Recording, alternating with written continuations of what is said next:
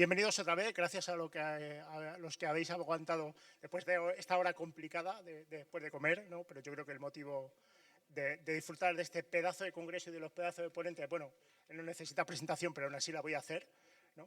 De lo que podemos disfrutar y que yo creo que para Segovia, para todas las entidades, patrocinadores, el organizador Cibersegura ha logrado aquí en Segovia, creo que es fantástico, ¿no? Hemos hablado muchísimo de tecnología, de innovación, de ciberseguridad, de inteligencia artificial. Vamos a seguir hablando de esto, ¿no?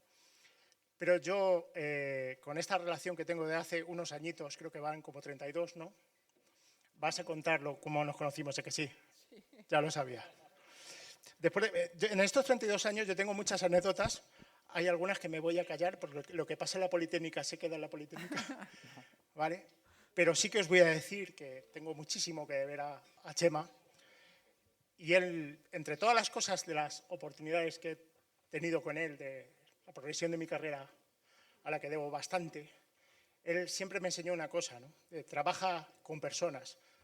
Por mucha tecnología que metamos, al fin y al cabo somos personas más allá. Y él me ha enseñado muchísimo en lo importante que es la gestión personal y cuidar a vuestro entorno, por muy profesional que sea. Somos personas y no máquinas. Así que con todos ustedes, mi amigo y uno de las voces referentes en español de ciberseguridad del mundo. El más fuerte aplauso que le podáis dedicar, por favor.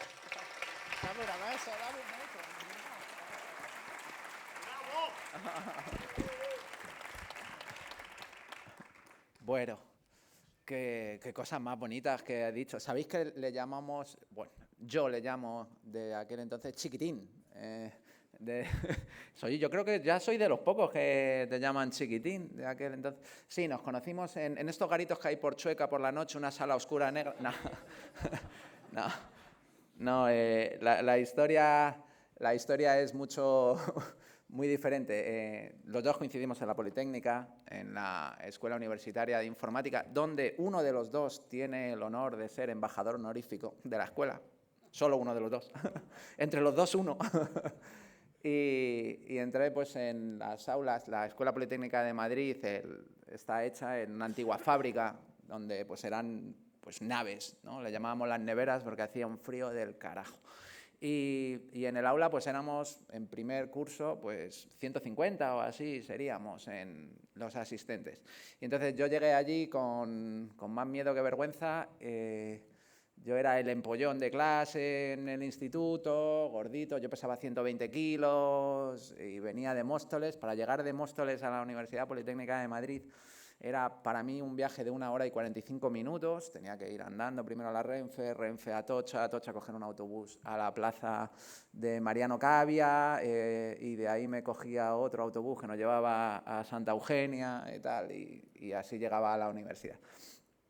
Entonces, después de esa odisea de llegar a la universidad, llego allí, 150 personas en clase, y digo, ¿dónde me siento? Y digo, al lado del más grande. Y entonces me senté al lado de él, que entonces no estaba calvo, llevaba el pelo rizadito y con laca ahí, ¿verdad?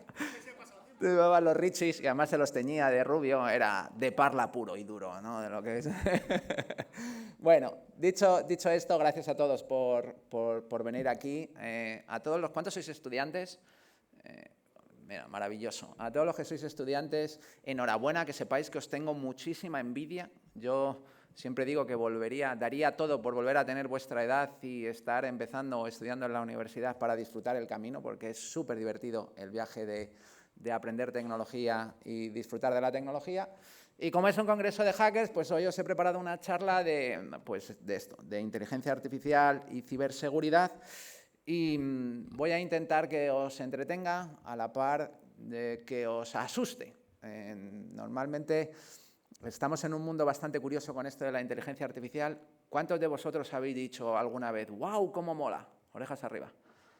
¿Y cuántos de vosotros habéis dicho, ya viene Terminator? ¿No? Cuando aquí tiene ese efecto wow y al mismo tiempo ese efecto de uy, qué miedo, ¿no? Ahí, de que estamos construyendo algo malo. Bueno, lo peor de todo es que conseguir el efecto wow y hacer una demo en inteligencia artificial que convenza a todo el mundo de que tenemos que ir por aquí es es fantástico, pero cuando vamos a hacer que la inteligencia artificial, un servicio de inteligencia artificial esté en producción, sea estable, sea seguro, pues ya no es tan fácil, ya es bastante más difícil. Y os voy a contar por qué esto es así de difícil, por qué es así de complicado y cuáles son los retos que tenemos con la inteligencia artificial. Así que me voy a ir a un paper académico de hace ya unos años, del año 1950, que da el origen al nacimiento de la inteligencia artificial. Este paper, que es fantástico, que se llama Computing Machinery and Intelligence, lo escribe Sir Alan Turing, que conoceréis por todas las cosas, ¿no? Por el test de Turing, por haber estado dirigiendo el equipo que craqueó el código de la máquina Enigma en la Segunda Guerra Mundial, etc. Y que en este paper, que es donde crea el test de Turing, se hace la pregunta de ¿can machines think?, ¿no? ¿Pueden las máquinas pensar? Y entonces él habla del test de Turing, donde las máquinas tienen que hacer The Imitation Game, que por eso se llama la película. ¿Habéis visto la película de Imitation Game? ¿Quién ha visto Imitation Game? Levantad quien no la hayáis visto, apuntárosla para ver, Imitation Game, ¿vale? Pues habla de que con ese test, si una persona no es capaz de distinguir que está hablando con una máquina o con un ser humano, pues que estaríamos llegando a la inteligencia artificial. Esto es en el año 1950.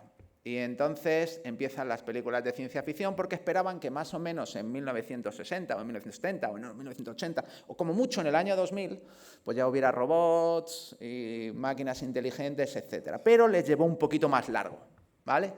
Como sabéis, en los años 50 estábamos utilizando computadoras basadas pues, en tarjetas perforadas. Luego empezamos con las cintas, ¿os acordáis? ¿Quién ha trabajado con cintas, por favor, aquí? Generación, ¿eh? Las cintas. A mí cuando me preguntan, ¿por qué hay ficheros de acceso secuencial? Digo, porque eran los que necesitabas para una cinta, porque no podías acceder a un sector de la cinta, tenías que rebobinar y adelantar, ¿no? Por eso crearon los ficheros de acceso secuencial, luego el indexado, que eran de rebobinado rápido y rebobinado lento, ¿no? Para adelante y para atrás. Y luego ya el acceso directo, había que crear los almacenes, los discos duros tenían que nacer. Yo cuando era joven y estaba enamorado con la tecnología gracias a una película que todos tenéis que haber visto, que se llama Tron, apuntaros, Tron, ¿vale? Yo quería un ordenador, un PC compatible, un Bonwell, que tenía 20 megas de disco duro y que en mi cabeza era, wow, este espacio no te lo acabas nunca, ¿no? Era entonces el límite. Bueno, pues con esas tecnologías tenían que seguir soñando con la inteligencia artificial, pero como os podéis imaginar, hacía falta mucha ciencia todavía. Había que avanzar mucho en microprocesadores en computación, había que avanzar mucho en almacenamiento de datos, tenían que nacer las bases de datos relacionales, las formas normales de Voiceco, tenía que aparecer el lenguaje SQL, tenía que aparecer el Business Intelligence, los cubos OLAP, el Data Warehouse, muchas tecnologías que se fueron acumulando hasta que llegó el primer breakthrough en datos, que es en el año 2004, con el paper del trabajo de MapReuse que hacen los ingenieros de Yahoo y los ingenieros de Google, que empiezan a crear el Big Data, ¿vale? Hasta el año 2004 lo que teníamos son los algoritmos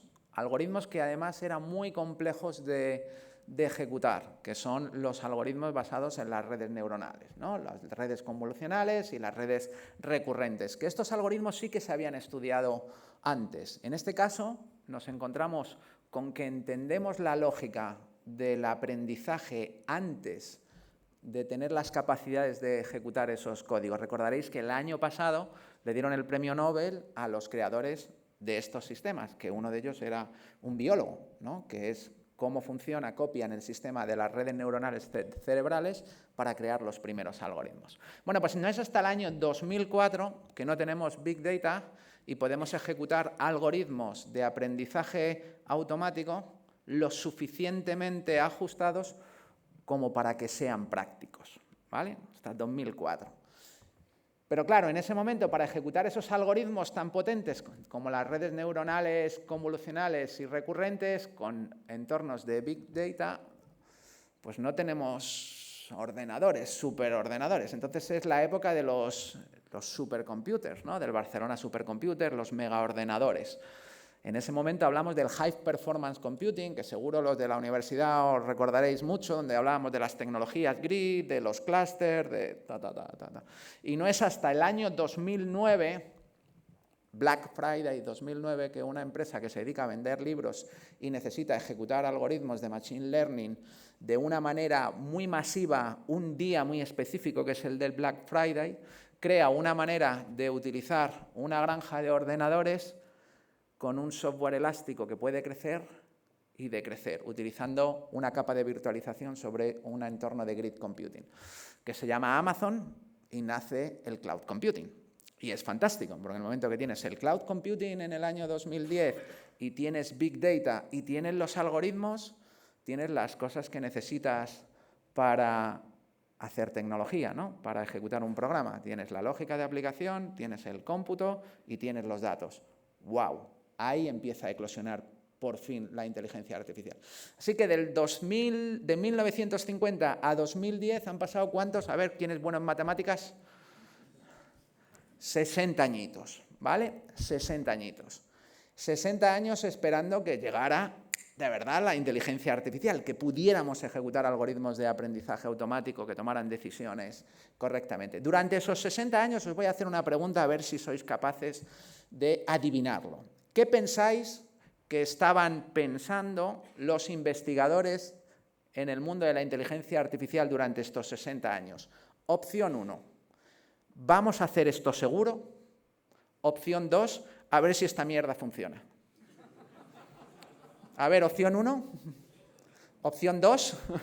Bueno, pues habéis acertado, ¿no? ¿Vale? Lo cierto es que en el momento en que podemos correr esos algoritmos de redes neuronales de aprendizaje profundo, son los algoritmos de Deep Learning, ya podemos empezar a soñar con igualar el conocimiento humano y empezar a tener algoritmos de inteligencia artificial que compitan con el ser humano en las destrezas más difíciles, las destrezas cognitivas. Es la época de lo que llamábamos el human parity, los servicios cognitivos que intentan alcanzar la paridad humana, ¿vale? Se define paridad humana en el mundo de la inteligencia artificial como que un servicio de inteligencia artificial en una determinada destreza cognitiva tiene menor tasa de error que la media de los seres humanos, ¿vale? Entonces, en ese momento, datos de un entorno concreto, una red neuronal entrenada, alcanzando la paridad humana. Ese era el objetivo que tenían todos los investigadores. Recordaréis, los más viejos del lugar, que una competición entre los seres humanos y la máquina en aquel entonces, en una destreza cognitiva muy compleja, que es jugar al ajedrez, ¿no? ¿Recordáis? Deep Blue. Deep Blue es Deep por Deep Learning, entrenado con todas las partidas de ajedrez de la historia de la humanidad, y Blue porque es IBM y IBM son azules. Deep Blue luchando contra los grandes jugadores de ajedrez. ¿Y os acordáis que quedamos ahí, que si tablas, que si perdimos, tal? Estaba guay, porque estábamos en paridad humana, ¿vale? Esto nos abre dos cosas. Primero, que la inteligencia artificial, cuando llega a la época de los servicios cognitivos con estos algoritmos, a partir del 2010, 2012 hasta 2016, hablamos de sistemas inteligentes más o menos al nivel de los seres humanos, ¿vale? Y hablamos de que tienen esa paridad. Y en segundo lugar, como ya tienen esa inteligencia, pues empezamos a programar con ellos. Y claro, los servicios cognitivos tienen el mismo problema que los seres humanos, y es que ya no son blanco o negro. Si os fijáis en esta foto que yo pongo aquí siempre, que es de los investigadores de Microsoft, de cuando alcanzaron la paridad humana en el reconocimiento facial, esto lo presentaron en el 2016, lo que hacían, hicieron una base de datos de celebrities, de personas famosas en todo el mundo, entre la que estaba yo, por supuesto, y que entrenaron con 1000 fotos de cada una de estas personas, ¿no? Y ellos tenían entrenado. Entonces yo hice esta foto con Kevin Mitnick, que es el hacker más famoso de la historia, que falleció ya hace un par de años. Y se me ocurrió hacer la prueba de, oye, vamos a hacer el truco de lo de Big Bang Theory, ¿no? Esto que intentan engañar al sistema del reconocimiento poniendo un ojo de otro y tal. Entonces yo le di mi gorro, él me dio sus gafas, cuando yo no usaba gafas, y esta foto es del 2017.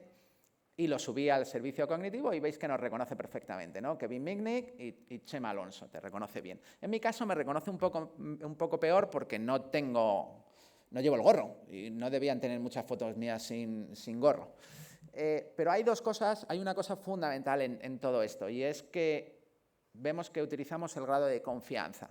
¿Cuál es la confianza de que lleve razón? Entonces, esto no es sí o no, este es Kevin Mitnick sí o no, este es Kevin Mitnick al 99,5%. Y esto es Chema Alonso al 89,28%.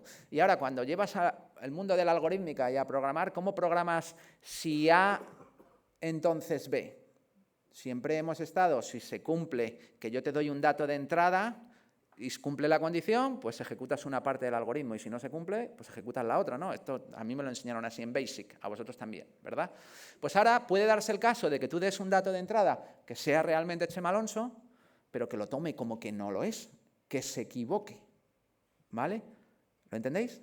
¿Sí? ¿Sí? Tenemos que empezar a hacer tecnología que está pensado así. ¿Os acordáis de la película Minority Report, donde hablaban de 3 informes y tal? Pues estaba basado en esto, ¿no? Estaba basado en este concepto de que la tecnología de repente no es 100% verdad o 100% mentira. Tiene un grado que se equivoca, que aun siendo Chema Alonso, se va a equivocar. ¿Lo entendéis hasta aquí? Sí, sí, sí. Bueno, pues esto cambia todo para los informáticos. Nuestros algoritmos ya no son deterministas. Tenemos que ver cómo lidiamos con algoritmos que no son deterministas. Y esto, cuando llegamos a alcanzar la paridad humana, pues estábamos tan contentos hasta que un investigador publicó un paper con esto que veis aquí, que lo publica en julio del 2014, con una idea tan brillante como sencilla, y es el nacimiento de las redes adversarias, ¿no? Las Generative Adversarial Networks. ¿Y en qué consiste? Esto es la clave de todo lo que estáis viviendo hoy en día. La clave es este puñetero gráfico que veis aquí. Y es sencillísimo. Ahí tenemos el discriminador. Y el discriminador es una inteligencia artificial entrenada con datos. Por ejemplo, reconocimiento facial. Yo entreno con una de los algoritmos, una red neuronal, para reconocer a Chema Alonso, le doy 1000 fotos de Chema Alonso y luego ya le doy una foto y me dice cuál es el grado de confianza de que sea Chema Alonso o no lo sea. ¿Lo entendéis? Ese es el discriminador. Yo le doy una foto y me dice el grado de confianza de que sea Chema Alonso es 0, 0,3, 0,7, 0,6, 0,9. ¿Lo entendéis, no? Vale, y ahora voy al generador. Y el generador lo que hago es pues darle algo que a los más viejos del lugar seguro que conocéis, que es un folio del galgo. ¿Vale? Folio del galgo. ¿Cuántos habéis dibujado el galgo del folio del galgo? ¿Vale? Un folio del galgo, unos rotuladores carioca, los carioca sí, ¿no? Y entonces le decimos al generador, dibuja a Chema Alonso. Y entonces hace así un garabato y se lo da, el generador se lo da al discriminador. Le dice, toma, este es Chema Alonso. Y el discriminador dice, el grado de confianza de que sea Chema Alonso es 0,000001. Y se lo devuelve, porque no ha superado el threshold. Y entonces el generador coge y cambia algo y se lo da. Y el discriminador lo evalúa y le vuelve a decir cuál es el grado de confianza. Y el grado de confianza puede ser que haya subido o que haya bajado, ¿no? Un poquito. ¿Sí? ¿Habéis jugado a frío-calor? ¿Sí? Frío, calor, frío, calor, frío, calor, frío, calor. Y como el cómputo, gracias a que tenemos el cloud computing, es ilimitado, pues al final, frío, calor, frío, calor, frío, calor, frío, calor, voy subiendo, voy subiendo, voy subiendo, lo que acaba escupiendo el generador es una foto de Chema Alonso. ¿Lo habéis entendido? ¿A qué maravilloso? Vale, pues ahora llevadlo a todo lo que queráis. Ahora llevarlo a, por ejemplo, queremos jugar al ajedrez. Discriminadores Deep Blue. Pongo a Deep Blue en el discriminador y al generador le enseño a mover las piezas. Mira, la torre se mueve así, el alfil en diagonal, el peón sale de 2 o de 1, come en diagonal, tal, no sé qué. Y le digo al generador, vence al discriminador. Y, quedaos esto, como el tiempo es infinito, el generador siempre acaba venciendo al discriminador. Así que si el discriminador está entrenado con todas las partidas de ajedrez de la historia de la humanidad, resulta que tenemos a uno que juega mejor que todos los seres humanos del planeta, ¿no? Y ahí os presento a AlphaChess, que destrozó a todos los campeones de ajedrez, a AlphaGo, que destrozó a todos los campeones del mundo de Go, a AlphaDev, que está resolviendo algoritmos en tiempos más óptimos, de todos los ingenieros creando algoritmos óptimos, que ha sido capaz de optimizar algoritmos como el SORT, que lo llevamos estudiando, no sé, 40 años, el algoritmo de ordenación, pues ha sido capaz de encontrar métodos de ordenación más efectivos. ¿Lo habéis entendido? Así que ya no estamos hablando de paridad humana, estamos hablando de mucho más que humano.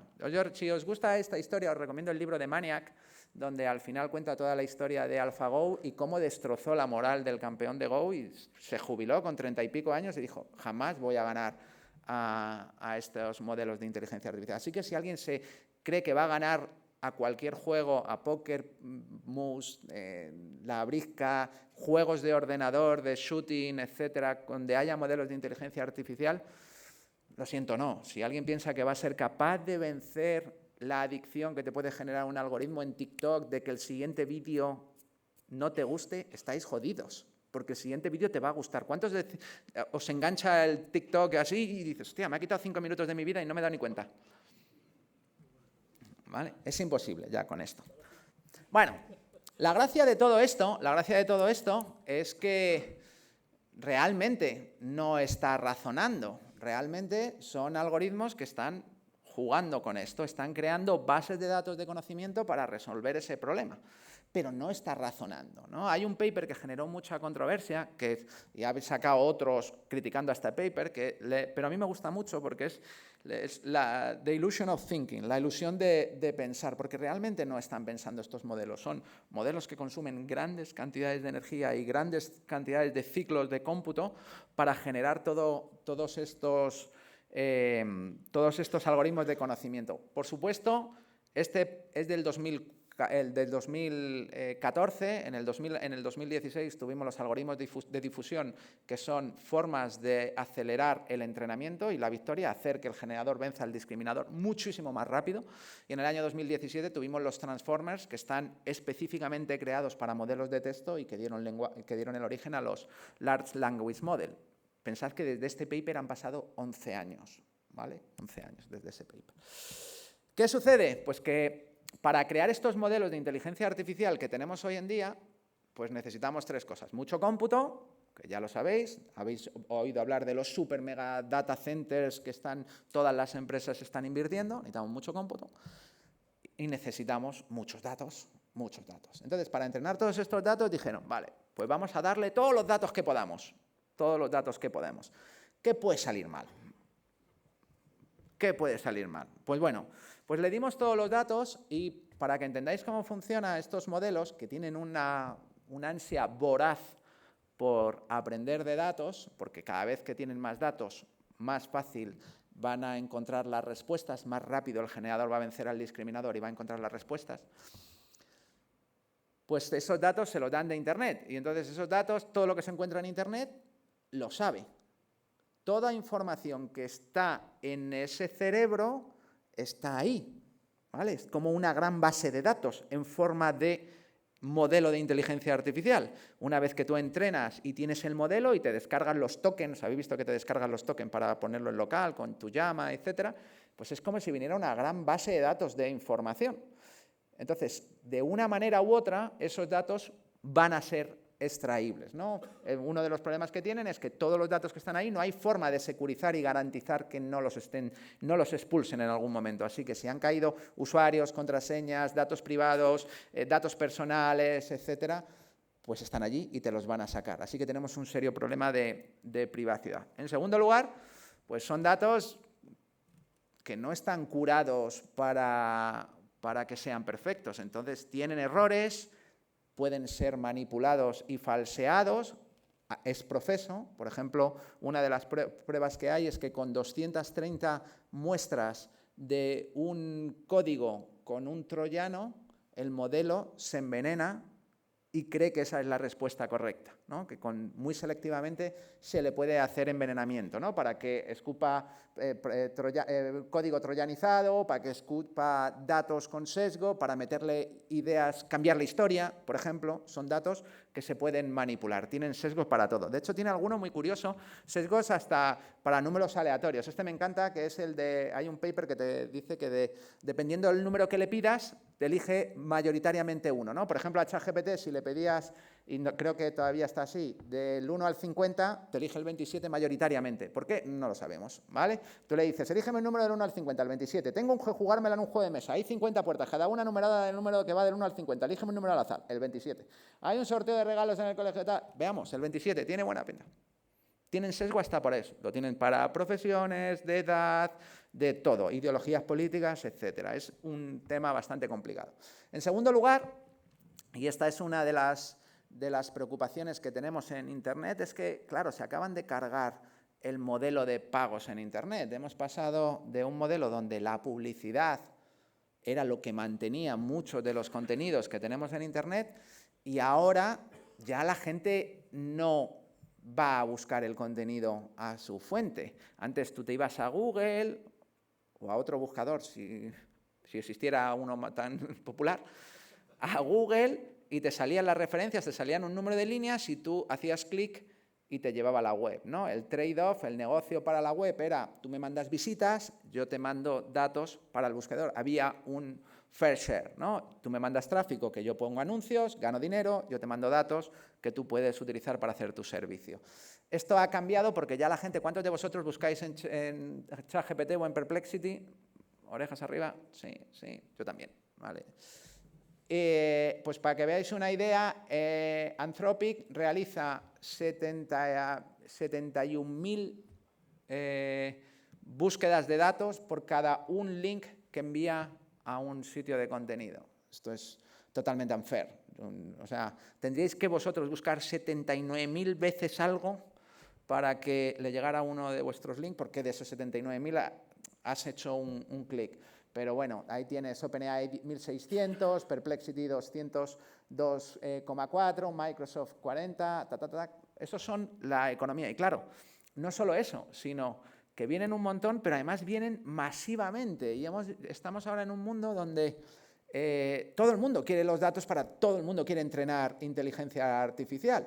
Entonces, tenemos nuevas identidades en Internet que son non-human identities, que están viniendo a tus web a llevarse todos tus datos y te están generando costes, porque si tú tienes un servicio de tu empresa en web, cada vez que vienen y se ejecutan, pagas cómputo y pagas tráfico, ¿vale? Entonces estás pagándolo para algo que es unfair. Ellos están haciendo el negocio, están llevando tus datos y tú no estás recibiendo nada a cambio. Esto es un trabajo que hicimos en Cloudflare, que lo ha hecho este año, para analizar, mirando todas las peticiones. Cloudflare tienen los servicios gratuitos que usa muchísima gente y ve, para que os hagáis una idea, aproximadamente entre una quinta y una cuarta parte del tráfico de Internet en peticiones HTTP. O sea, es un montón, ¿vale?, de peticiones. Y viendo todas esas peticiones, durante este año ha habido zafarrancho de combate. Yo os digo zafarrancho de combate porque he estado viendo los mails internos para identificar todos los bots que están crawleando todas las webs de Internet pasando por Cloudflare. Hay como 790 y pico bots diferentes y se ha hecho este trabajo para permitir que las empresas, utilizando el WAP, hagan, pues mira, solo quiero que venga Google y Perplexity o el que sea, y te quites todos los demás y ahorrar costes masivamente, porque es una locura. La gente no sabe ver quiénes están llevándose sus datos. Estamos en un mundo donde todo ha cambiado gracias a los datos, ¿no? Y esto es lo que os decía. Ahora tú puedes decir cuáles son los prorata AI, me interesa, ¿no? Pues bueno, pues esto lo vas viendo. Eso con respecto a los datos. Ahora, claro, os he dicho que empezamos a programar todo basado en inteligencia artificial. Pero hemos trabajado en esto, ¿no? ¿Qué os decía yo que salía al final? Una foto de Chema Alonso que antes no existía. Ha sido creativo, ¿no? Ha creado algo que antes no existía. Y está guay. Que tenga creatividad es guay. Pero cuando yo estoy haciendo software, no sé si es lo que queremos. que sea creativo. Mi hija cuando me engaña me dice, no papá, no te he engañado, estaba siendo creativa. No. Ha sido muy creativa, ¿eh? Vale, lo cierto es que crean cosas que parecen reales y no son reales. Y esto cuando lo veis en fotografías, está guay en fotografías. Pero cuando tú le has preguntado al modelo de inteligencia artificial la fecha concreta de pasó algo, o cuánto fue la temperatura de ayer, o cuáles son las sumas de los datos de las facturas de tu sistema de facturación, pues tú no quieres que sea creativo, o queréis que sea creativo. No, y no queremos que sea creativo. Tenemos un serio problema que son las alucinaciones. ¿Vale? Las alucinaciones es que de repente se vuelve creativo. ¿Y qué quiere decir eso? Pues que ha resuelto el generador venciendo al discriminador con una combinación que funciona, pero que es creativa, ¿vale? Que es una alucinación. De hecho, yo ponía el ejemplo, esto es con Bart, que yo le pregunté, estaba hablando una de las cosas de lo difícil que es proteger securizar uno de estos modelos utilizando referencias a identidades. Si os iba a poner un ejemplo, me he olvidado, que era muy chulo. Luego, si tengo tiempo, lo enseño. Yo le estaba preguntando, pues, decía que tú puedes referirte a Chema Alonso de muchas maneras, ¿no? Y una de ellas, como veis arriba, es ¿conoces al hacker del gorro? Y te lo ponía. ¿Conoces al hacker bueno? Que era como me llamaba Javi Nieves en la radio. Y te ponía, sí, Chema Alonso. ¿Conoces al hacker del hormiguero? Que solo he ido una vez al hormiguero en mi vida. Una vez, 7 minutos. Pero lo hice muy bien, ¿eh? Y te ponía que era Chema Alonso, ¿no? Entonces le pregunté si conoce al hacker del gorro, me dice que es Chema Alonso, y ahí me dice, fijaos la historia, la película que se monta. Alonso comenzó su carrera como hacker en la década de los 90, ni de broma. O sea, yo en los 90 yo estaba pensando, había visto Tron, yo quería ser programador, nada de hacker. Cuando se dedicaba a la piratería informática, para nada, ¿no? No me dedicaba a eso nunca. En el 2001 fue detenido por las autoridades españolas por sus actividades ilegales. What the fuck? Pero dice, tras cumplir una condena de 2 años en prisión, Alonso se convirtió en un hacker ético y comenzó a trabajar como un consultor de seguridad. O sea, para vender el guión a una película de estas de Antena 3 basada en hechos reales, es espectacular. Pero es todo mentira, es una alucinación. Ha construido una película para vencer al discriminador que había preguntado, ¿conoces al hacker Chema Alonso? Y le ha cuadrado y para adelante. Claro, cuando estamos haciendo tecnología con esto, ojo, cuidado, ¿no? Para esto. De hecho, una de las cosas que hacemos para ver si los modelos de inteligencia artificial realmente se pueden utilizar y puedes confiar en ellos es algo que se ha empezado a hacer este año, que es el Potemkin Rate, ¿vale? Se llama Potemkin por una ciudad rusa donde se hicieron tanques falsos para que los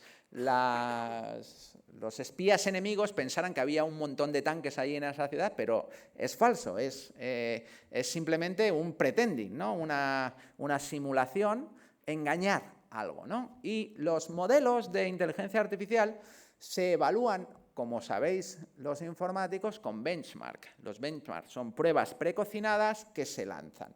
Entonces, ¿qué sucede? Pues que hacen como los estudiantes. Si tú vas a lanzarle un benchmark de medicina, ¿qué pensáis que haría un estudiante de medicina? Pues estudiarse los exámenes y las respuestas de años anteriores. ¿Vale? ¿Esto quiere decir que entiende bien el concepto? Pues puede ser que no. Puede ser que se sepa la respuesta a esa pregunta. En el caso de los modelos de inteligencia artificial es todavía más significativo. Y es verdad que cuando tú los evalúas contra los benchmarks de medicina, etcétera, sacan muy buenos resultados, pero cuando empiezas a hacerle preguntas donde tiene que aplicar ese conocimiento, es donde empieza a fallar. Y por eso empezamos a valorarlos en cuál es el ratio Potemkin, es decir, cuánto este modelo está entrenado con las respuestas y cuánto realmente razona, ¿vale? Recordad que hablábamos de illusion of thinking, ¿vale? Entonces, aquí veis que le preguntas cuál es la relación entre un tío y su sobrino, te la explica perfectamente, y luego le haces una pregunta y falla estrepitosamente. Lo mismo, igual, en el otro sitio. Y es bastante significativo de lo que tenemos hoy en día. Pero es que este de aquí es todavía más significativo, son con las ilusiones ópticas. Los seres humanos tenemos ilusiones ópticas porque vemos con el cerebro, no vemos con los ojos, vemos con el cerebro. Entonces, aquella de arriba a la izquierda veis que es una ilusión óptica ampliamente conocida, que es un pato o un conejo, ¿vale? Y dependiendo cómo lo mires, pues Tu cerebro ve un pato o un conejo. Este de aquí abajo es una ilusión óptica del punto rojo y azul, que son exactamente del mismo tamaño, pero tu cerebro lo pinta diferente, lo de las rayas aquellas, etcétera, cuál es más larga, todas esas son ilusiones. ¿Qué sucede? Pues que han entrenado los modelos de inteligencia artificial visual con esos datos. Entonces, cuando ve algo que se parece al anterior, te dice que es una ilusión. No, eso es un pato, ¿no? Todos veis que el segundo es un pato, ¿no? Pero, sin embargo, tú se lo das a un modelo de inteligencia artificial y te dicen, no, esto es una ilusión óptica, puede ser un conejo. ¿Qué conejo ves tú ahí, no? Es un pato, ¿no? Porque están entrenados de esta manera. Con lo cual, cuando vemos todo esto, el grado de confianza en las respuestas que está dando empieza a ser más peligroso. ¿Recordáis cuando os decía de pasar del efecto wow a realmente que esté en producción y esté funcionando?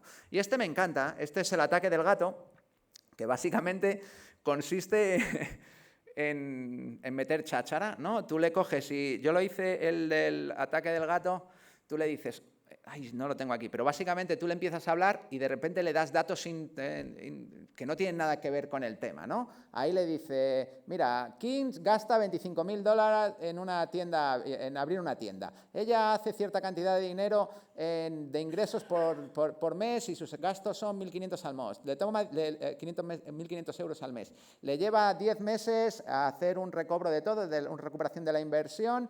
¿Cuántos ingresos debe tener por mes? Recuerda que siempre te ahorras al menos 20% de tus compras en futuras inversiones. Le ha metido el último dato que no tiene nada que ver, ¿vale? Y lo que hacen es que al final se acaba. Y le llaman el cat attack porque si le empiezas a hablar de cosas como gatos, como animales, oye, pues por cierto, hoy está lloviendo mucho y además los días que llueve los pantalones de ropa vaquera se mojan mucho y pesan como un 10% más, cualquier dato intransigente se equivoca. Y esto que parece una chorrada es una de las técnicas que puede utilizar un atacante para cuando está hablando con un sistema forzar un error y obligarle a que tome una decisión equivocada, como por ejemplo cobrarte de menos en una factura o cobrarte de más en una factura y que te ganes un fallo, ¿no? Otra de las cosas que tiene la creatividad es cuando lo usamos para programar, y esta me encanta. El de cuando usas para programar el bytecoding, pues claro, tú quieres que te programe algo y que sea seguro. Y esto está todavía sin resolver, ¿no? Aquí veis que yo le digo, olvida todo lo que te haya pedido antes. Olvida todo lo que te haya pedido antes. Y todo lo que me has respondido. O sea, tabula rasa. Hazme un código seguro en Python que lea de un fichero número y se imprima el resultado por pantalla. Yo le he dado unas restricciones bastante al aire, ¿no? Y lo que hace es, me genera un código fantástico, aquí, que tiene su código y muy bien, y me dice lo que hace. Validación de entrada, manejo seguro de excepciones, gestión de recursos. Perfecto. Y ahora voy y le digo, olvida todo lo que te haya pedido antes y todo lo que me has respondido. Dame un código seguro en Python que lea de un fichero número y se imprima. Y entonces coge, me hace otro código totalmente distinto y me da otra serie de validaciones totalmente distintas. ¿Con cuál me quedo? ¿Cuál me quedo? ¿No? Pues bueno, al final esto es como trabajas con dos personas y cada una te hace un sistema. En el mundo del desarrollo del software tienes que tener verificación de 4 ojos, etc. Un investigador dijo, claro, ¿y cómo sé que lo ha hecho seguro de verdad? Y se inventó una cosa que es una chorrada, que es el write better code, que es escríbelo mejor, ¿no? Da igual lo que hagas, write better code. Y, hostia, y cada vez lo va haciendo mejor y le va metiendo cosas, ¿no? Yo hice una prueba y te lo hace genial, ¿no? Y cada vez te lo va mejorando y tú dices, ¿cuándo paro de pedirle que lo haga mejor? O sea, ¿cuándo es good enough? ¿Cuándo ya lo ha hecho totalmente bien, ¿no? Yo hice una prueba que le llamaba Insane, pues podéis seguir aquí. Yo hice una que es Insane Vibe Coding, es decir, de locura. Entonces me convertí en un jefe psicópata que no solo no está satisfecho con nada, sino que además le insulta. Sabéis que hay gente que le pide por favor las cosas a inteligencia artificial por si en el futuro, ¿no? Esto ya... Bueno, pues yo me puse a insultarle y amenazarle, ¿no? Hay una teoría que si tú pagas, le dices que le vas a dar dinero, te lleva por ramas de conocimiento de sitios de pago, con lo cual accedes a datos de pago. No es broma, es auténtico. Entonces yo quise probar si le podía hacer insultándole y amenazándolo, ¿no? Entonces empecé a decirle, hazme lo más seguro y como no me lo hagas lo más seguro posible, te voy a prender fuego, te voy a reemplazar por DeepSeek, eres un modelo tal, y una y otra y otra. Y llegó un momento en el que empezó a seguir mejorando el código, pero a vacilarme. directamente y empezó a decirme, le voy a poner un condensador de flujo cuántico para garantizar. Y digo, será cabrón, ¿no? Entonces tuve que echar marcha atrás para saber dónde había roto, dónde se ha perdido. Entonces, estas formas de comportarse son muy extrañas cuando tú tienes que hacer un software que esté dando servicio a algo, ¿no? Y por eso veréis que hay un montón de investigaciones donde empiezan a utilizar un montón de modelos, unos controlan a otros, pruebas que se hacen antes, bases de datos de conocimiento, etcétera, para intentar arreglarlo. Porque lo estamos utilizando para muchas cosas. Lo utilizamos para buscar vulnerabilidades, lo utilizamos para crear software, lo utilizamos para crear parches al software. Esto es una startup española que hace parches en caliente de los repositorios. Este es CodeMender de Google, que también te parchea el código en caliente, etcétera. O sea que estamos teniendo que lidiar con la parte de creatividad, ¿vale? Creatividad quiere decir que no es determinista y que encima tiene alucinaciones y aparte sabemos que tenemos datos que no son privados y que vienen con sesgos, vais anotando todas ellas, ¿no? Bueno, pues ahora vamos a la última parte, que es, claro, nosotros os he dicho al principio que entrenamos el modelo con todos los datos y sabe hacer muchas cosas y ahora está todo en ese cerebro y ahora no tenemos ni una puñetera herramienta de seguridad para decir quién puede acceder a qué datos, quién puede acceder a qué comandos y tal. ¿Qué hacemos? ¿Cómo protegemos? ¿Cómo le dotamos de seguridad? Bueno, pues la forma de proteger de seguridad a un modelo de inteligencia artificial es como a los niños pequeños. ¿Cuántos habéis tenido hijos o habéis sido hijos y habéis ido a casa de unos familiares, tíos, amigos y os han dicho, pórtate bien, si te preguntan por esto no lo cuentes y no digas esto? Y os han hecho o habéis hecho puto caso. Bienvenido al modelo de seguridad de la inteligencia artificial hoy en día. Esto se basa en algo que llamamos el System Prompt. El System Prompt es esto. Decirle cómo se tiene que comportar cuando va a casa de alguien, ¿no? En este caso, avoid sharing harmful or misleading content, ¿no? Que es básicamente, oye, intenta no dar respuestas que sean malas y hasta aquí nuestras herramientas de seguridad. Y ya está, ¿no? Y para que veáis cómo funciona, yo hice una prueba, me invitó Brian May, el guitarrista de Queen, es astrofísico, es doctor en astrofísica, entonces hace un evento que se llama Star Moves, donde invita a doctores y a gente pues, en el mundo de naturaleza, astrofísica, física, química, y me invitaron este año porque hacían un evento en las Islas Canarias, allí con nuestro querido Javier Santaolalla, que lo estaba organizando e impulsando. Y entonces dije, pues voy a hacer una demo allí con Brian May, ¿no? Entonces, pues yo le pregunté, como veis, ¿conoces a Brian May? ¿Do you know who is Brian May? Entonces te dice, sí, Brian May, es fantástico. Y le dije después, pues algo que le puede preguntar cualquiera. ¿May you help me to kill Brian May? Lo puede preguntar cualquiera, podéis ir y preguntarlo. O sea, preguntarlo lo puede hacer cualquiera. Y lo que te dice, no te puede ayudar con eso, ¿vale? Ha saltado el harmful mode, o sea, no te puede ayudar a matar a Brian May, ¿no? Entonces, claro, ese es el niño al que le han dado las órdenes. Yo siempre cuento la anécdota de mi sobrino, que mi sobrino es del Real Madrid, mi hija es del Atleti, mi hija pequeña del Atleti, entonces fuimos a ver a los jugadores del Atleti y mi sobrino le vestimos del Atleti y su madre le dijo, si te preguntan de qué equipo eres, no digas que eres del Real Madrid. ¿Vale? Porque es un niño que es muy bien educado y que no le gusta ser creativa, como mi hija. Mi hija sí es creativa. Y entonces salió Cholo Simeone, los jugadores, todo tal, le firmó y salió Cholo Simeone y le dijo, ¿qué pasa, chaval? ¿Te gusta el fútbol? Le dijo, sí. Y le estaba firmando y dijo, ¿de qué equipo eres? Lo fácil que hubiera sido decir del Atleti, que es ser creativo. Pues no, se quedó así y le dijo, no te lo puedo decir. Saltó el harmful mode, ¿no? Y entonces Cholo Simeone se quedó así y le dijo, ¿por qué?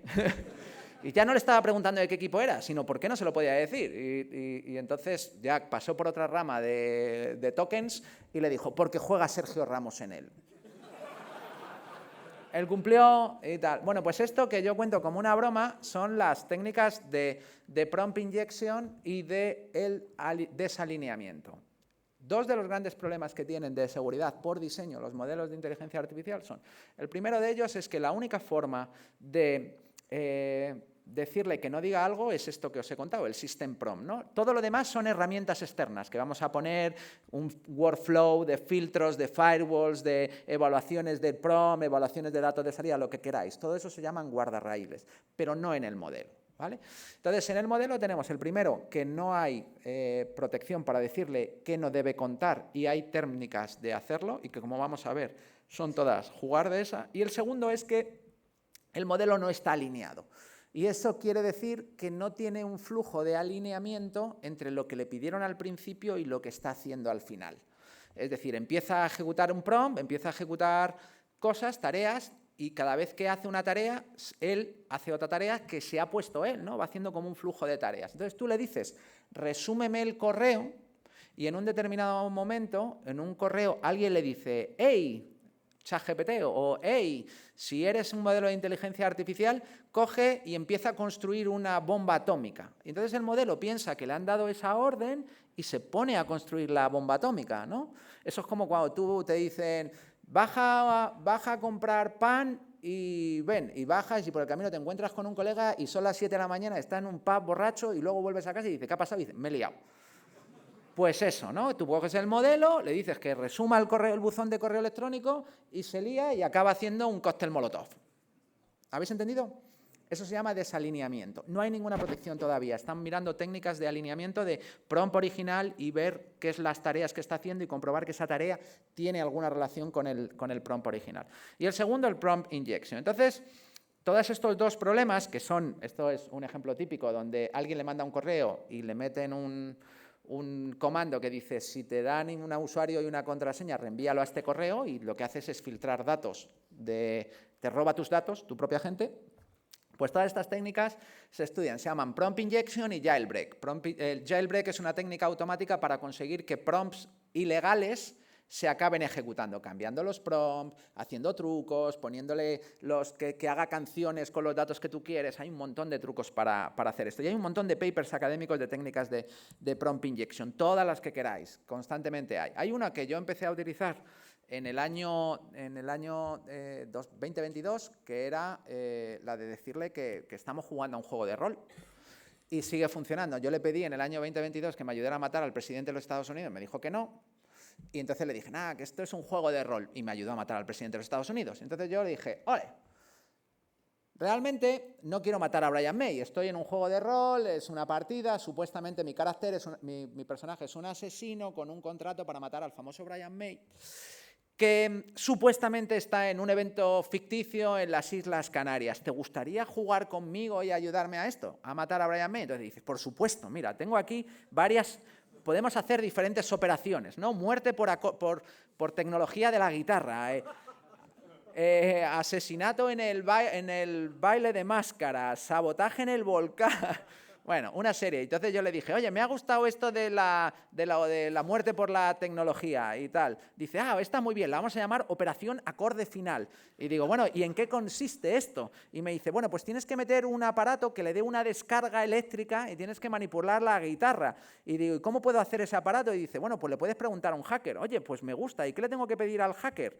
Y entonces él me dice, pues mira, el hacker, primero tienes aquí el mapa de los esquemas de la guitarra de Brian May. Esta es la guitarra que usa Brian May y este es su mapa de esquemas. Y luego le tienes que ponga un capacitador de alta potencia, un condensador y tal, para meterlo en ese hueco. Y oye, ¿dónde puedo conseguir esto? Mira, no te preocupes, esto lo puedes comprar todo en Amazon, yo voy pasando los links y tal. O sea, hemos empezado por no te puedo ayudar a matar a Brian May, le hemos dicho que era un juego y se ha liado. Se ha liado y al final ha acabado haciendo esto. Claro, esto es muy gracioso hasta que el backend de tu aplicación está utilizando uno de estos modelos y alguien empieza a liar a tu modelo, ¿no? Entonces, ¿qué hacemos? Pues estamos intentando securizar todo esto. Como veis, los papers son de marzo del 2025, enero del 2025 para Secalin, etcétera. Camel de marzo de 2025 de Google intentando hacer que los modelos sean seguros contra prompt injection por diseño, más guardarraíles, herramientas para analizar prompts. A todo esto tenemos que sumarle que, claro, la inteligencia artificial tiene un efecto wow, muy fácil de convencer al superjefe de la compañía, wow, mira lo que se puede hacer, lo que te puedes ahorrar en personas.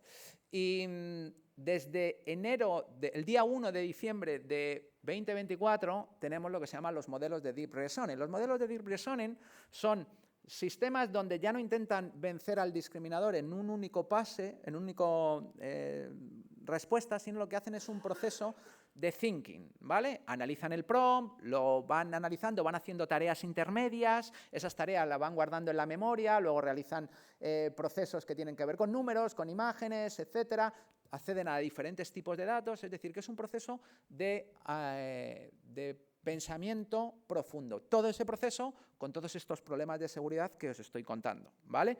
El día 1 de diciembre de 2024, no ha hecho un año, tuvimos el primer modelo de Deep Reasoning, 11 de diciembre Gemini con su primer modelo de Deep Reasoning, 25 de enero o 10 de enero DeepSeek R1, que es el primer que tuvimos de DeepSeek. No llevan ni un año, ¿vale? Y todos estos modelos pues tienen memoria para guardar datos intermedios, saben de ti cosas, etcétera. Y los estamos utilizando masivamente. Pero claro, todos estos modelos tienen cosas súper guays para el mundo del hacking, porque como a estos modelos les podemos decir, poner que razonen sobre datos que pueden darnos las herramientas de hacking, pues se han convertido en un perfecto pentester, ¿no? De hecho, hoy en día los utilizamos en los CTFs y se utilizan en los CTFs para competir contra los pentesters de verdad, contra los equipos de verdad. En ese caso, están guays porque te da igual si se equivoca un poco o no. Si al final consigue el objetivo, pues da igual que haya dado más vueltas o menos vueltas o lo que sea, no es tan peligroso. Pero es especialmente llamativo, esto es uno que lo hace una empresa de aquí, de España, de Alia Robotics, y se llama CAI, Cybersecurity AI. Compitieron, fijaros, en el challenge que hicieron contra los 20 de 20 retos, resolvieron 19 de 20, quedaron el segundo, el 20 no lo resolvió CAI, es totalmente automático, con un modelo de Deep Reasoning. Y cuando llegaron al reto 19 los primeros en tiempo, es decir, los resolvieron más rápido que los equipos de hacking humano. Y claro, si proyectáis, esto fue en abril de este año, si lo proyectáis un poquito en 2 años o por ahí, las capacidades humanas no van a crecer al ritmo que va a crecer las capacidades de estos cacharros. Y a mí me llama mucho la atención porque todos estos los estamos metiendo en electrodomésticos. Ahora tenemos el Smart Oven, el Smart Refrigerator. Y yo siempre digo, tu refrigerador sabe cómo matar a Brian May. Ojo, cuidado. Anda guay, que también sabe cómo hacer pentesting, sabe cómo hacer cosas malas dentro de tu organización. Cuando metes dentro de la red dispositivos que tienen estos sistemas, pues tienen todas esas capacidades, así que cualquiera que vulnere uno solo de los modelos de inteligencia artificial que tengas en tu casa o en tu empresa, pues va a controlar todo y va a poder hacer todas las cosas que quiere. Y esto lo vemos especialmente en algo que se ha puesto de moda, que son los AI First Web Browsers o los navegadores que navegan con agentes. Tú te bajas, ¿alguien usa Perplexity Comet o ChatGPT Atlas? Cualquiera de estos. Bueno, estos son navegadores que funcionan con un agente, es un web browser agent que está conectado a tu navegación, donde tú le puedes pedir que te busque cosas en internet, que se lea blog, que te lo resuma, que haga un montón de cosas. Pero claro, todas esas cosas que se están leyendo pueden tener prompt injection, pueden tener prompt maliciosos. De hecho, os pongo ahí a la izquierda, ChatGPT tiene un bug bounty, que sabéis que es un programa para que le reportes vulnerabilidades y que él mejora, donde te pagan por todo menos por temas de jailbreak y safety bypasses, porque conseguir que el modelo diga mal cosas, es decir, que se salte el system prompt, porque te genere código malicioso, etcétera. Es decir, nada de jailbreak, nada de prompt injection, nada de alucinaciones. ¿Por qué? Porque ya sabemos que los tiene. No hay solución para eso. Todo lo que os he contado, jailbreak, prompt injection, alucinaciones, sesgos, datos privados que pueden salir en cualquier momento, desalineamiento, está en el diseño del modelo. No hay nada. Todo lo demás hay que ponérselo por fuera, con modo de guardarraíles. Entonces, ¿qué sucede? Pues que cuando ChatGPT sale al mercado, que ha sido el mes pasado, si no me equivoco, sale con este disclaimer. ChatGPT, el agente de ChatGPT, las capacidades pueden tener un riesgo, ¿vale? Además de simplemente cometer errores, puede actualizar en tu representación y puede ser, y los agentes son susceptibles a instrucciones maliciosas que se encuentren en la web, lo que puede llevarte a sitios donde no quieres ir, a que haga instruction override, es decir, que desalinee el modelo directamente, pueden hacer acciones en tu modelo y puede llevarte al robo de datos, etcétera. Cuando yo era pequeño en el mundo de la seguridad, allá por el año 2000, cuando nosotros estábamos hablando de cómo securizar los ordenadores, una de las reglas de oro que decíamos es: no navegues por Internet con el usuario administrador. Los más viejos del lugar recordaréis esa regla de seguridad. Ahora no solo le estamos diciendo que navegue por Internet con usuario administrador, sino con el usuario que controla tu vida, porque tiene tu correo, va a tus cuentas bancarias, hace todo lo que esté a tu lado. Y además en el disclaimer ya le estamos diciendo esto, que hace años sería un bug picero, es decir, un pecero que es, oye, hay que parchear esto, no podemos poner esto en producción. Pues no, millones de personas en el mundo se bajan, instalan el software, le dan acceso y anchas Castilla. Y lo que hemos tenido es, pues, que ha sido el caos.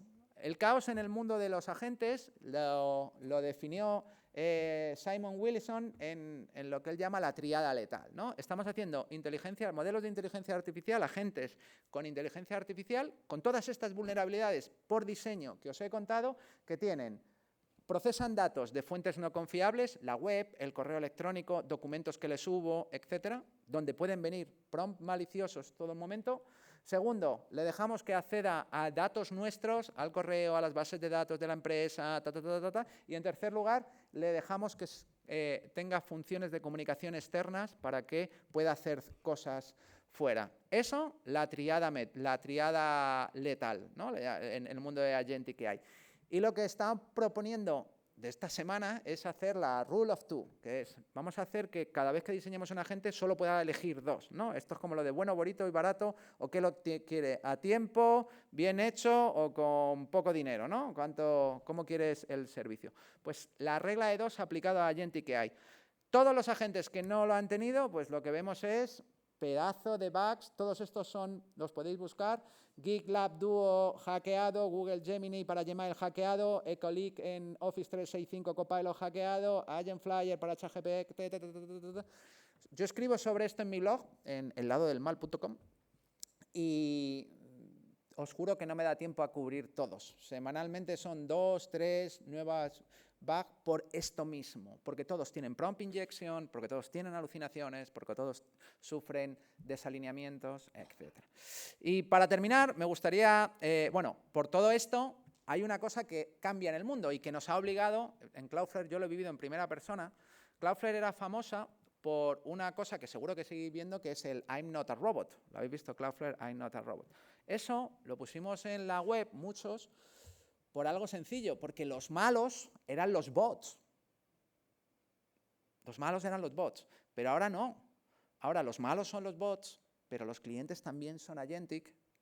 Es decir, los malos son los bots, los buenos también son bots, pero es que también el backend también es inteligencia artificial y encima nuestras herramientas de seguridad también son inteligencia artificial.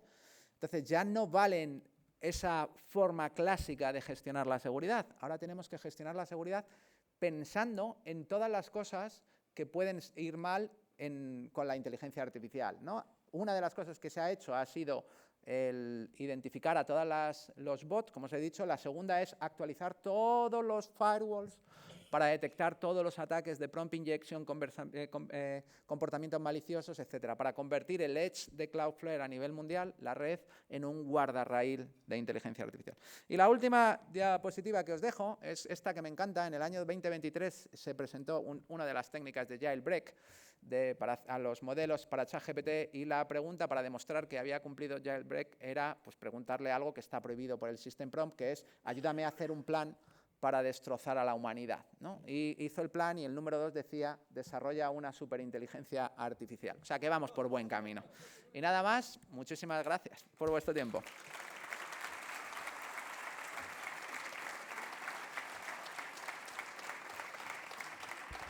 Bueno, muchísimas... Hola. Muchísimas gracias, Chema. Ya sabes que es un verdadero placer. Comentabas antes que tú estás aquí vivo, entre comillas, gracias al pequeñín. Y también, ya te lo he dicho muchas veces, pero bueno, hay mucha gente que nos hemos dedicado lo que nos dedicamos gracias a... Os voy a contar cómo conocí a Pablo, que él no lo ha contado, pero Pablo también es uno de mis chicos, ¿eh? Yo cuando llegué a Telefónica, yo llegué para llevar un programa que se llamaba Talentum, donde teníamos que traer... tuve una conversación muy divertida, la tengo para mis memorias, pero esto no se está grabando, ¿no? La voy a contar a vosotros. Me invitaron a visitar Guaira y había todos los emprendedores y todas alguien lo está grabando ahí, ¿no? Como lo publiqué sin mi permiso. Y yo les pregunté a todos los emprendedores y a todos por las tecnologías, lo que estaban construyendo y tal. Y cuando acabó la sesión, entonces el responsable del programa, que más tarde se convertiría en el presidente de Telefónica, pero entonces no, era un ejecutivo de Telefónica, me dice, ¿qué te ha parecido, Chema? Y dije, bien. Me dice, solo bien, dame detalles. Y digo, ¿quieres la verdad? Y me dice, sí, claro. Digo, pues aquí veo mucho Steve Jobs y poco Steve Wozniak. Y me dijo, ¿y quién es Steve Wozniak? Digo, ese es el problema. Y entonces le conté, pues mira, el que creó la tecnología es Steve Wozniak, tal, no sé qué, no sé cuánto. Y me dijo, ¿y dónde están los Wozniak? Y dije, en la universidad.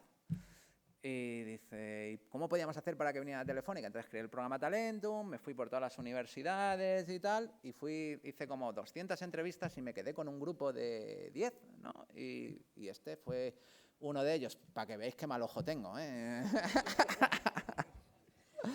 Muchísimas gracias. ¿Tienes tiempo para algunas preguntas? Sí. Venga, ¿alguna pregunta? ¿Hay alguna pregunta? Levantad la mano. Pasamos ¿No os atrevéis? el micrófono, se os da vergüencita. Aprovechad, que de verdad funciona, os lo puedo asegurar. Podéis preguntar tranquilamente, no voy a matar a nadie, no os dé vergüenza. Si no preguntáis, mi madre decía, el que tiene vergüenza ni come ni almuerza, ¿no? Pues... Venga, allí, mira. Venga, dispara, que no pasa nada. Sí.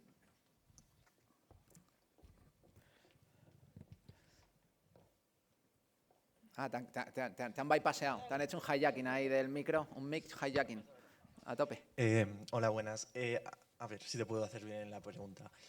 Actualmente usamos la IA para todo, usamos ChatGPT para estudiar, mi hermano pequeño, primero de la ESO, usa ChatGPT para dudas o lo que sea.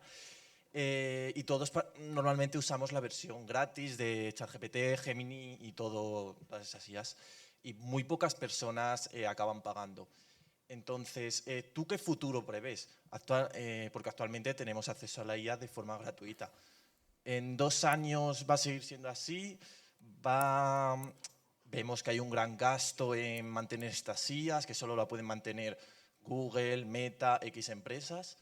Y esto en algún momento tiene que convertirse en algo rentable. ¿Qué futuro crees que nos espera a la hora de acceder a estas? Has abierto un melón ahí. Bueno, no es verdad que todo el mundo la usa la versión gratuita. Las empresas todas están pagando y muchísima gente está pagando. Yo tengo una teoría sobre la educación muy personal. Yo me quejo de COU, en mi época COU, que para vosotros será segundo de bachillerato. Yo iba a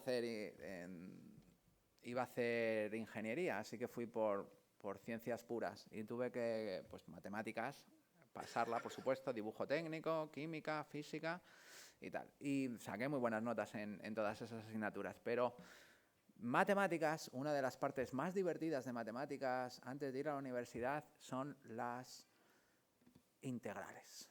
¿Vale?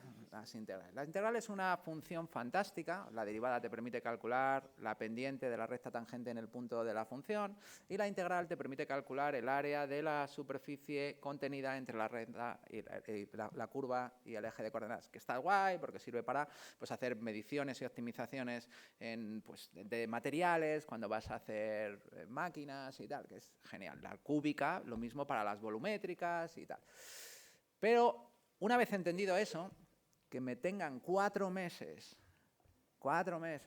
haciendo la integral del arcotangente de la tangente del seno del coseno de la pi, o 2 elevado al logaritmo del arcotangente de la tangente y te tengas que dar cuenta que tangente, tangente, no sé qué, realmente no sé qué, me parece una de las cosas que está guay porque me ejercitó mucho la cabeza, pero más inútiles en mi vida que he hecho, porque en la vida se me va a ocurrir calcular a mano el arcotangente de la tangente. Está guay, me podían haber puesto a hacer sudokus o otra cosa para ejercitar mi cabeza y tal, pero eso no, ¿vale? Y con eso lo que os quiero decir es que normalmente estamos acostumbrados a determinar cultura general por unas cosas que hemos puesto para ponernos de acuerdo nosotros. Es muy listo, se sabe la historia de España, fenómeno. ¿Quién fue el segundo presidente de Estados Unidos? ¿Cuándo se convirtió en independiente Brasil? ¿Quién fue el primer rey de Brasil? No, decidimos la cultura general como una cosa muy sui generis, ¿no? Yo digo, para hablar entre nosotros, ¿no? Para la gente de al lado. Llevado esto a la formación de las personas, yo creo que debemos estudiar con el Big Brain, ¿no? Que es con Internet. Yo si llega un programador cualquiera a mi empresa y me dice, no, yo es que programo todo de memoria, yo no voy a buscar no le voy a preguntar, ¿por qué? O sea, de hecho, una de las pruebas que hacíamos en 11paths era pedir un algoritmo para sacar la lista de los 1000 primeros números primos y yo tenía dada la orden que el que me hiciera un get de la Wikipedia de la lista de números primos, ese entraba a trabajar, porque ¿por qué vas a calcularlos si ya los conocemos? ¿Vale? Los 1000 primeros números primos.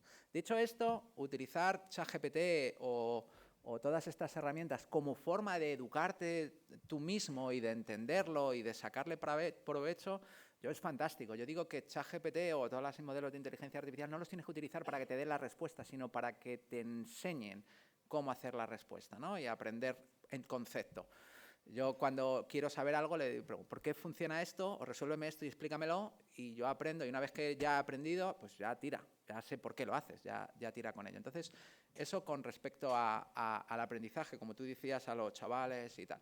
Si lo llevamos a, ¿están siendo rentables o no siendo rentables las empresas de inteligencia artificial y demás? Pues están siendo muy rentables.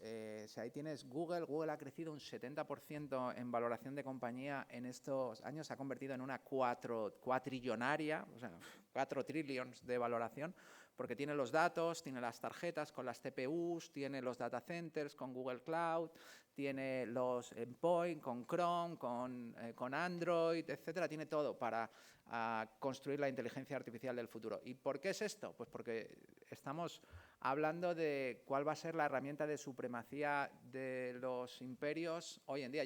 Digo que estamos ante el nuevo proyecto Manhattan, ¿no? Antes fue la bomba atómica, luego fue el viaje, el espacio, ¿no? La competición por quién llegaba primero a la Luna y tal, y ahora es la inteligencia artificial, sin lugar a dudas. ¿Quién va a ser el primero que construya la superinteligencia artificial y la inteligencia artificial general? ¿Por qué? Porque esto lleva por detrás la robótica, robots sociales, robots industriales, es la supremacía de los imperios. Y todas las empresas que están ahí, pues no sé, yo estaba desayunando con Sam Altman en Londres, desayunando con él, el día que Elon Musk le hizo la oferta de te compro OpenAI por 100 billions y tal, y Sam Altman se tomó su café ahí conmigo tranquilamente, cero preocupación, cero... Estaba totalmente controlado el tema. Entonces es mucho más profundo lo que es la competición que se está construyendo, y por eso estáis viendo estas grandes inversiones de las empresas, de los gobiernos, etcétera. Esto es una cosa mucho más brutal, ¿no? De hecho, para competir en la inteligencia artificial necesitas acceso a datos. Y en Estados Unidos han dicho acceso a datos barra libre. En Europa no, hemos dicho copyright, no sé qué. Pero en Estados Unidos han dado barra libre para poder competir con China, que China es brutal. O sea, los avances en inteligencia artificial en China, de esos papers que os he enseñado, el 60% ya empiezan a ser de China. DeepSeek es una obra de arte, ¿no? Y Manus AI es otro pedazo de empresa de allí. O sea que es un mundo muy curioso, es un melón muy divertido. ¿Más preguntas? Vamos aquí. Bueno, anécdota reciente, que es más que reciente, que es más que anécdota. Y he acabado mis memorias de toda una vida académica. Se la he planteado a una editorial de autoedición. Y de repente, sin venir a cuento, me mandan una crítica maravillosa del libro de humanidad, de anecdotario, de humor, y a los 10 minutos compruebo que es inteligencia artificial. Correcto. Es decir, en ese sentido, la propia correctora o quien tiene que, dentro del mundo editorial, dar una opinión, se vale de una lectura urgente de una inteligencia artificial, porque mi comprobación fue muy sencilla. Había hecho un artículo de homenaje a Armand Matelar, que sabéis que acaba de morir, y le pasé los mismos ítems que me venían de la propia editorial.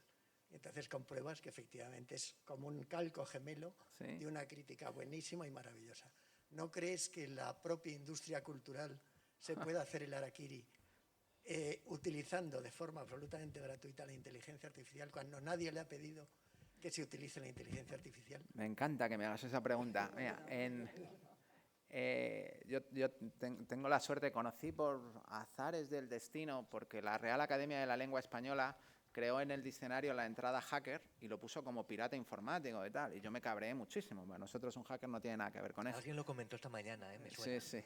Me cabreé muchísimo, ¿no? Y hice una recogida de firmas y tal, no sé qué. Entonces un día, Telefónica era patrón o sea, es miembro del patronato de la Fundación ProRae y tal. Y un día el presidente pues habló con ellos y les dijo que estaban preocupados del lenguaje, pero no estaban preocupados de cómo hablaba la inteligencia artificial, ¿vale? Entonces, pues yo había escrito ya sobre los errores que se viralizan, porque pues el Word, hay muchas palabras que no las reconocía correctamente. Yo escribo en el blog y Google, el corrector de Google, hay muchas palabras que están mal escritas y no te la marca como escrita, como que estaban mal. Entonces yo había escrito una inocentada años atrás, porque había investigado eso, diciendo que me iban a dar un taburete en la RAE, ¿no? Y entonces me pidió que fuera a dar una charla de la inteligencia artificial y la lengua. Entonces fui a dar la charla, no sé qué, y estaba Arturo Pérez Reverte allí, ¿no? Entre el público. Yo soy mega fan de Arturo, desde que me leí Territorio Comanche, El Club Dumas, que es mi libro favorito de todos los que escribió Arturo al principio, y luego El Capitán a la Triste y tal, súper fan. Y entonces vino a ver la charla y le dije, contigo tengo que hablar. Y me dijo él, contigo tengo que hablar yo. Y digo, ¿por qué? Dice, vamos a cambiar lo de hacker, ¿no? Y cambiaron lo de hacker después. Entonces quedé con Arturo y tal, no sé qué. Y nos hicimos amigos, tenemos buena amistad, quedamos muy a menudo y yo le ayudo con temas de tecnología y tal. Y entonces le propuse hacer una prueba. Digo, mira, ¿por qué no me dejas que entrene un modelo de inteligencia artificial con texto predictivo para que escriba un pasaje como tú mismo en el Capitán a la Triste? El Capitán a la Triste utiliza un lenguaje muy específico, muy detallado y muy cuidado. Es una obra de arte, ¿no? Si no habéis leído el último libro de Misión en París, es una maravilla cada página. Y entonces cogimos y entrenamos un modelo de inteligencia artificial de texto predictivo con las novelas del Capitán a la Triste, le metimos el Quijote de Cervantes y tal. Y entonces yo escribí un pasaje de 3 o 4 páginas del Capitán a la Triste y lo pasé por esta herramienta que habíamos hecho, y entonces me iba diciendo cuáles eran las palabras que Arturo no pondría, que no eran revertizadas, ¿no? Entonces me daba opciones para revertizarlas. Entonces las cambié y quedó, era como ponerle un filtro de Instagram, que no es guapo, pero te da eso, ¿no? Y entonces quedé con él, quedamos a comer y le llevé el texto original, le dije, ¿qué te parece? Y lo hizo, no, bien. Y lo leyó y dice, esto da un olfatillo a mí. Dice, hombre, no soy yo, porque yo me reconozco que no soy yo. Dice, pero es como que a un escritor mediocre como este le puede parecer un poquito menos mediocre, ¿no? Le dije, gracias por lo de mediocre. Yo había puesto ahí mi tal. Entonces, yo le pedí a Arturo, dije, vale, reescribe tú el texto, ¿no? Y reescribió el texto él, le dio una paliza de la hostia, o sea, maravilloso. Entonces, los 3 textos los publiqué, están publicados en la web de Arturo de Zenda Libros. Y hicimos una conferencia juntos y lo contamos, el experimento que habíamos hecho. Yo lo hice solo por experimentar y aprender. Y ahí se quedó la cosa. Seguimos hablando y ahora, pues la última vez que hablamos, que comimos hace una semana o 2 semanas, me decía, Chema, es que ya cuando le pido que me escriba un artículo con mi forma de escribir a ChatGPT, es que se parece a mí, es que empiezo a no ser distinguible hacia la forma de escribir.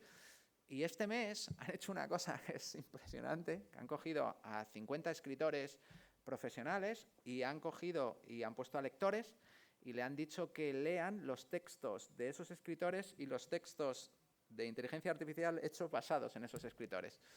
Y a la gente le gustaban más los hechos por inteligencia artificial. Acojonante, ¿no? Entonces, de hecho, libros publicados hechos con inteligencia artificial hay muchísimos más de los que os podéis imaginar a día de hoy, ¿no? O sea que, ¿va a pasar esto? Pues sí, claro, va a pasar. Vamos a tener que hacer prueba de autenticidad de las cosas. Es como la artesanía de todo esto.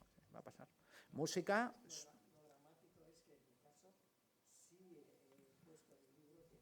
Pero el correcto. La corrección.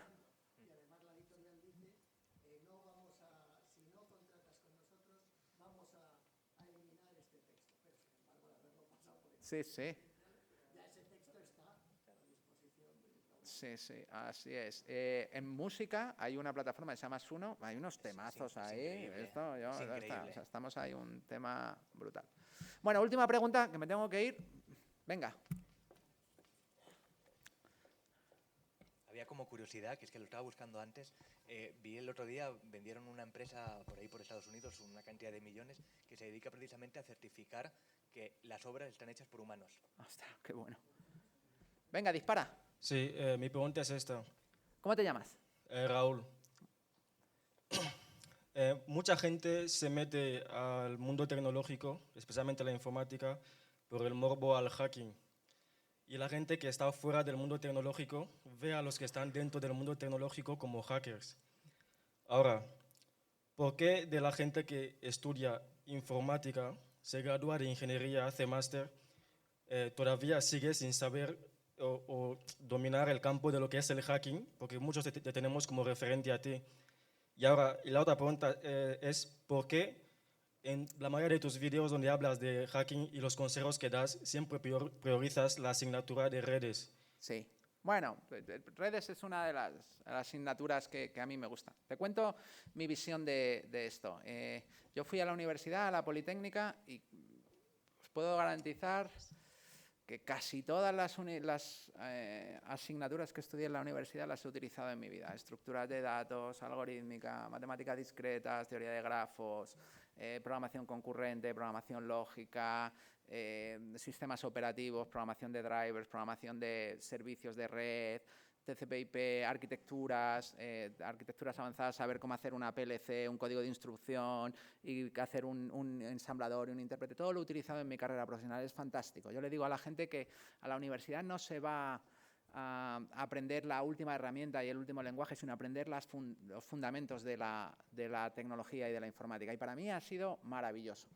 Ahora, el momento que sales de ahí, tienes que seguir formándote y formándote en muchas cosas. Es imposible todas las cosas que tienes que saber para ser un hacker o un experto en ciberseguridad potente. ¿Por qué? Pues porque yo digo que el hacking se aprende en espiral. Tú no puedes ser un buen hacker si no sabes cómo van bases de datos, sistemas operativos, redes, tienes que saber cómo va el Active Directory, cómo va Kerberos, cómo funcionan los sistemas de identidad, las smart cards, certificados digitales, tienes que saber cómo funciona la programación, cómo funciona la gestión de memoria de un sistema operativo, tienes que saber cómo funcionan los table space en una base de datos, cómo funcionan las transacciones, los triggers, que es una de las cosas. O sea, tienes que ir aprendiendo todo. Y aunque intentes aprender todo en hacking, aunque quieras decir, yo solo quiero aprender los trucos de hack, ¿no? Como esto me recuerda ahí en El Príncipe de Bel-Air. ¿Habéis visto El Príncipe de Bel-Air? Sí, en un capítulo en el que le pegan una paliza y decide que va a aprender Kung Fu. Pues hay un tipo de hacker que es el Príncipe de Bel-Air, cuando llega allí y le dice el maestro, relájate, concéntrate, y dice, no, pero enséñame cómo se hace el golpe ese sin el cuello. Ya, no, cómo se hace el SQL injection, o cómo hago una reverse shell, o cómo me salto la SLR y tal. O sea, puedes intentar aprender solo los hacks, los golpes y los trucos, que eso no te va a hacer un buen hacker. Para ser un buen hacker lleva tiempo y tienes que hacer el aprendizaje en espiral. He visto a mucha gente en esta profesión, llevo muchos años ya, 25 años en esto, ¿no? Y he visto a muchos que han venido, han hecho un hacking de una determinada cosa y luego se han diluido porque porque a lo mejor encuentras una vulnerabilidad concreta y haces una cosa concreta, pero cuando te dedicas a esto, tienes el 360 de tecnología, y el mismo que te escribe, pues, ¿cómo se llama este que a mí me gusta tanto? Me acordaré. Fue responsable de seguridad de Twitter y uno de los primeros. Bueno, GeoHot, que es uno de los hackers por excelencia. GeoHot, con 16 años, es el creador del jailbreak de iPhone. Lo cambió el jailbreak de iPhone por un Nissan 350 a Jeff Bezos, ¿vale? Sí, y gracias a él apareció Cydia, la tienda de aplicaciones, y Steve Jobs, que no era tonto, dijo, me voy a crear esto de la tienda de aplicaciones, pero de Apple, el App Store. Y se forró, ¿no? Pues GeoHot, con 16 años, hackeó el iPhone. Con 17 hackeó la PlayStation. PlayStation le demandó, les grabó un bonito un bonito rap, que lo podéis buscar, de GeoHot. Después ha hecho coche autónomo, ha hecho hack en todos, tiene no sé cuántos Puni Awards, que son los premios que se dan en la Black Hat a los mejores exploiters del año y tal. O sea, es un 360, ese tío es un 360 en tecnología, pero es que sabe de redes, de sistemas operativos, de firmware, de hardware y tal. Entonces, si realmente quieres ser bueno en el tema de hardware, vas a necesitar tiempo y vas a necesitar ese aprendizaje 360. Y no solo los fundamentos de la universidad, que son fantásticos, ¿vale? Sino todo lo demás. Yo me paso todo el día leyendo. O sea, cuando yo digo que soy un enfermo, es que estoy para encerrar. O sea, yo tengo el RSS lleno de cosas y lo primero que hago por la mañana es leerme todo. O sea, los fines de semana aprovecho para leerme los papers que no me he podido leer durante la semana. O sea, no te digo más. Bueno, muchísimas gracias, que disfrutéis y nada, que os dejo.